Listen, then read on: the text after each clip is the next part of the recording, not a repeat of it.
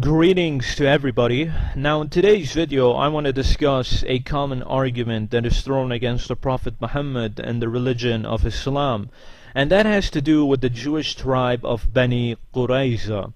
You know, the argument that is often brought up that the Prophet Muhammad slaughtered 800 innocent Jews and he completely destroyed this Jewish tribe, which proves that he's anti-Semitic and evil, etc., etc. I'm sure you've all heard this argument before, and even if you're a non-Muslim, I'm sure you have probably even used this argument to try to disprove Islam and so forth.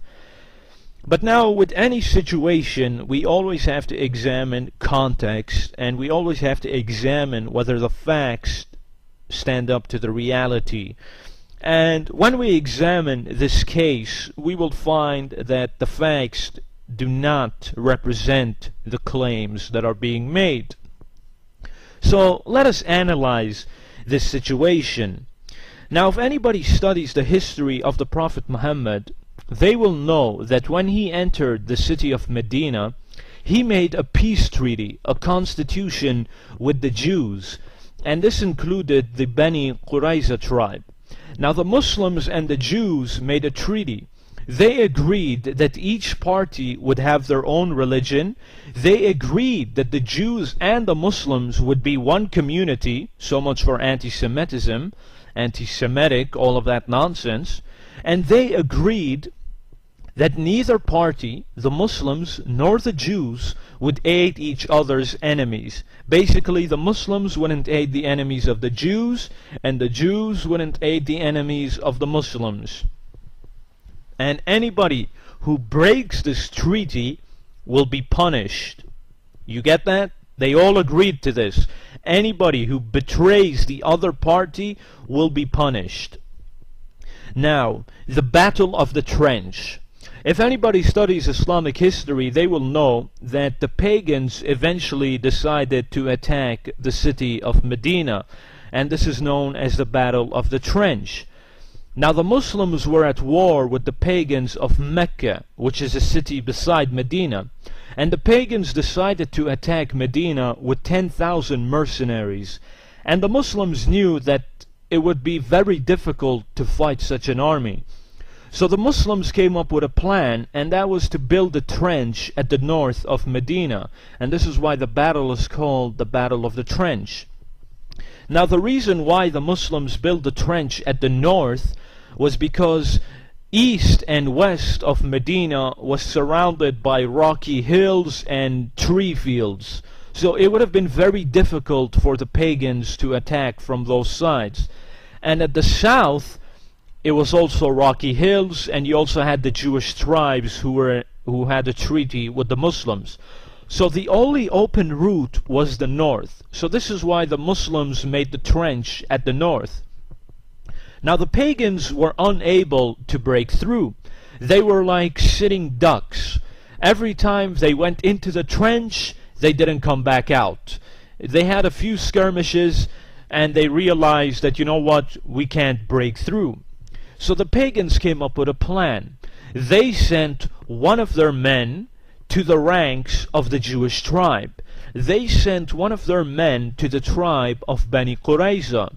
And this pagan managed to persuade the Jewish leader of the Bani Qurayza tribe to join the battle. And guess what? The Jewish leader agreed. He broke the treaty. He broke the constitution. This was the ultimate act of treachery, because now the Muslims were surrounded by the north with the pagans, and they were surrounded in the south by the Jewish tribe of the Bani Qurayza.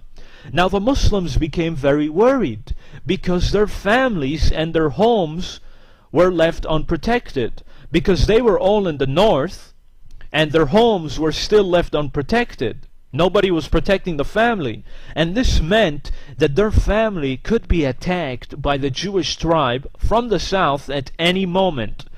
And this is exactly what the plan was. The plan was to attack the Muslims from the south and the pagans to attack from the north. They eventually wanted to overwhelm the Muslims, because it would have been impossible for the Muslims to keep out 10,000 soldiers from the north and at the same time fight at the south and protect their homes from the Jews in the south. So they would have been overwhelmed and they would have fallen apart and they would have been destroyed. So this was the ultimate act of treachery. Nobody ever mentions this, that the Jewish tribe broke the treaty. But now the Prophet Muhammad came up with a plan, and as he said, war is deception.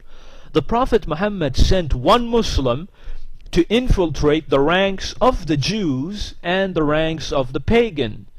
Now this Muslim, he managed to create distrust and enmity between the pagans and the Jews. Furthermore, a sandstorm happened. As you know, the desert full of sandstorms happen, and luckily a sandstorm took place, and the pagans decided, you know what, this is a bad sandstorm, this battle isn't going anywhere, plus the Jews are not helping us. And they said that because the Muslim created this distrust between the pagans and the Jews, which was a very smart tactic. So eventually the pagans decided to retreat. They lost the battle. But now, was the battle over? No, it was not. Now the Muslims had to carry out justice against the Bani Qurayza because they broke the treaty.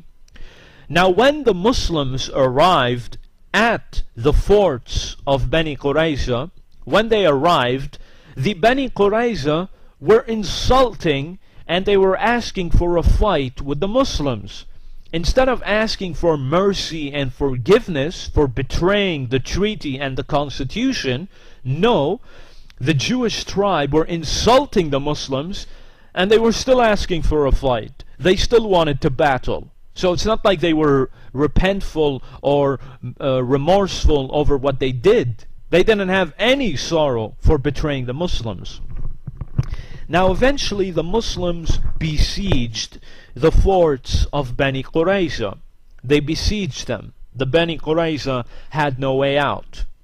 So they came up with a plan. Everybody came up with a plan. And this plan was that, okay, you know what? We let this man judge the Bani Qurayza. Because you know, in Arab culture, the Bani Qurayza, they had allies. They were allies with the tribe who are now allies with the Muslims. And basically these allies, these are like the middlemen. These middlemen came to the Prophet Muhammad and they said, you know what, let us deal with the Bani Qurayza in a just manner. They used to be our allies, so you know we have to help them out a bit. So let one man from our tribe judge them. The Prophet Muhammad agreed, and the Jewish tribe of Bani Qurayza agreed. So did you get that? A former ally of the Bani Qurayza said, let one of our men judge them, since we used to be allies, since we are on good terms. And the Jewish tribe agreed. The Bani Qurayza said, this is very good, we accept it, we will let this man judge us. Now this man who judged them was Sa'd. His name is Sa'd, and he was a former Jew. He's basically a Jew by culture. So what did he decide? He punished the Jews by their own law. This is what they never tell you. This is what the critics of Islam never tell you. That the Jewish tribe were judged by their own law. Deuteronomy chapter 20 verses 10 to 14. When you besiege a town, kill all the men, but leave the women and children alive. And this is exactly what this man did. He judged them by their own law. So when people claim that Islam is barbaric for what it did to Bani Qurayza, they're not attacking Islam, they're attacking the Bible. Because this ruling is from the Bible. This is what the Jews believe. So I get it. When the Jews do this to other people, it's okay. But when the Jews are judged by their own law, then it becomes evil and barbaric. So to put an end to this case, no crime was committed. The Jews broke the treaty. The Jews accepted the judgment, and they were judged by their own Bible.